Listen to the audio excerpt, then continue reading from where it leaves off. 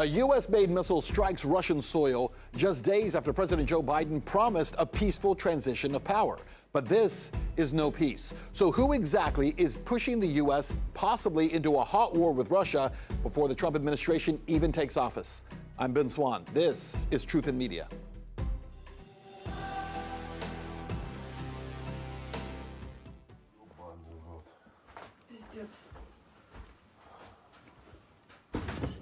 Incredible video there. You just watched history in the making. Ukrainian forces firing a US-made ATACMS missile striking Russian soil. This escalation comes barely 48 hours after President Joe Biden greenlit the use of these missiles for strikes on Russian sovereign territory. And the timing, it could not be more explosive. Donald Trump, fresh off of a landslide election victory, pledged to end the war.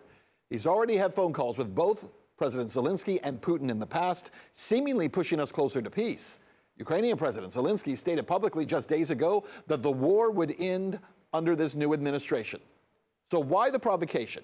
Biden promised Donald Trump that there would be a peaceful transition of power. And yet, every dollar we have at our disposal will be pushed out the door between now and January 20th. It feels like more than ever right now, we are looking at an all-out nuclear war on the horizon, at least if things don't change very soon. In fact, get this. Russian President Vladimir Putin, he has actually approved a new nuclear doctrine, which now lowers the threshold for a nuclear strike, meaning Russia could now respond with nuclear force to conventional attacks like the one we just showed you video of. And let's be honest here, this move by the administration, it reeks of sabotage. Let's also be clear about this. Joe Biden is not behind it. Biden doesn't even know where he is on any given day. Deep state puppeteers, they are pulling the strings. They are enriching defense contractors while pushing us to an all-out war. So who is actually giving Ukraine the green light to fire these missiles into Russia? This is the ultimate example of unelected, unaccountable bureaucrats making reckless decisions with the lives of millions. And joining me now to discuss is the man, the myth, and the legend, Roger Stone. Roger, thanks for being here. Great to be here. So first of all, I want to get your reaction to the White House's decision just, as I said, 48 hours ago to greenlight these recent strikes. We know with these ATACMS missiles that not only are they U.S.-made, but they have to have U.S. operators to be fired. What say you?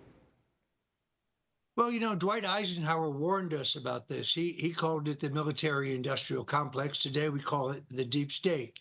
It's an amalgamation of unelected bureaucrats deep within the bureaucracy of our government, defense contractors, those in the think tanks. A war, as you know, is extraordinarily profitable for some. The American people have rejected the war mania of the current administration. They have 60-plus days in office. They are intent on trying to ship as many dollars to Ukraine as possible. And now, very clearly, we are edging closer and closer to World War III. You're right, Joe Biden's not making these decisions, but who is? Well, Antony Blinken, our Secretary of State, is the one carrying them out, but he answers to others. I mean, we have a powerful elite in this country who are committed to war, despite the fact the American people spoke overwhelmingly in the most recent election for peace. I don't think we've ever been closer to World War III than we are in this second. I had General Flynn on my own show yesterday. He makes a pretty good case that neither the Ukrainians nor the Russians want World War III. They're being pushed towards it by our State Department. The fact that we don't even have ongoing negotiations, there's no talks going on. Both sides, I think, would like to engage in talks, but that has been vetoed by our State Department. So yes, they're so apoplectic, they're so hysterical about their loss of power. I think they're going to try to start a world war, and I think they're going to try to crash our economy if they can do so as well, to leave Donald Trump to clean up their mess. It is so beyond the pale to see this happening right now. Trump issued a very strong video statement about it yesterday, saying exactly what you just said, right? We've never been closer to World War III than we are at this moment. But simply the fact that you have, as you rightly said, an overwhelming response by the American people who made their voices heard in this last election, not just in terms of the Electoral College, but the popular vote. The fact that the popular vote went to a Republican for the first time in 20 years, only the second time in almost 40 years. And not only that, but simply the fact that the American people said, as a huge part of that, we want, number one, our tax dollars to stop flowing to fund these wars, and number two, we want a de-escalation.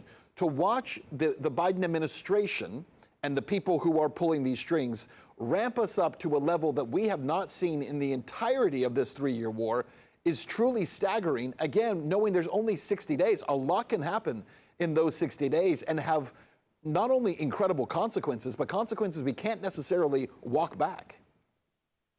Well, the good news is, of course, is you now see Donald Trump at his best. I mean, he ran as the peace candidate, and he is, after all, a deal maker. That's what he does. He came from the world of business, not the world of politics. So in order to avert World War III and more killing and more death, he's reached out to both President Zelensky and to Vladimir Putin and has called both of them to meet with them, to hit with him, to see if we can't resolve this immediately. I think most people understand that he can resolve this war and he can reverse the policies of this administration in the Middle East, where we handed $190 billion to the rogue regime in Iran, as if we didn't know they were going to use that to finance terrorism and to restart their nuclear weapons development program. If we return to the sanctions, the very harsh sanctions that Trump had on Iran, we had them on the verge of bankruptcy. Even their Chinese patrons would not buy oil from them. The sanctions were so rough. But when you give them $190 billion in unfrozen assets, what do you expect? But an attack on Israel. In both of these regions, Donald Trump can bring peace. I think he can do it pretty quickly, but this administration seems intent on doing as much damage as they possibly can until he gets there. Last question for you. What do you think happens over the next couple of days? I mean, obviously, this is a huge provocation to see, again, these are U.S.-made, U.S.-supplied missiles likely being fired by a U.S. military of some kind into Russia. Does Trump get back on the phone with Putin? Does he get back on the phone with Zelensky? Does he have to now step in when you have Biden, who, again, is completely feckless? He has been for a long time. But not only that, he's completely lost. He's not running the country. He's certainly not running whatever's happening in terms of the military. Does Trump step in at this point and try to negotiate an end now before he even takes office? I think that by asking them both to meet with him, that's exactly what he's doing. He's talking to both of them in the hopes that he can ratchet down the pressures. But look, let's recognize that Putin has his own political pressures at home. And if Russia is attacked, he's going to have no choice but to respond. Now we're off into a conflagration. He's made it very clear with the change in his own policy that if his country is attacked by a non-NATO nation, but using NATO weapons supplied by the United States, that he's going to retaliate. But we are this close. I have huge confidence in the president, however, to lessen the tensions, bring these leaders together, and forge a peace. If he has to do it before he's sworn in as president, I think he will do that. He's clearly trying to do it even as we speak. Roger Stone, thanks so much for your time and your insight. Great to be here. Thank you. And that is our show for today. You can catch all of our latest coverage. Check us out on X at @truth_media.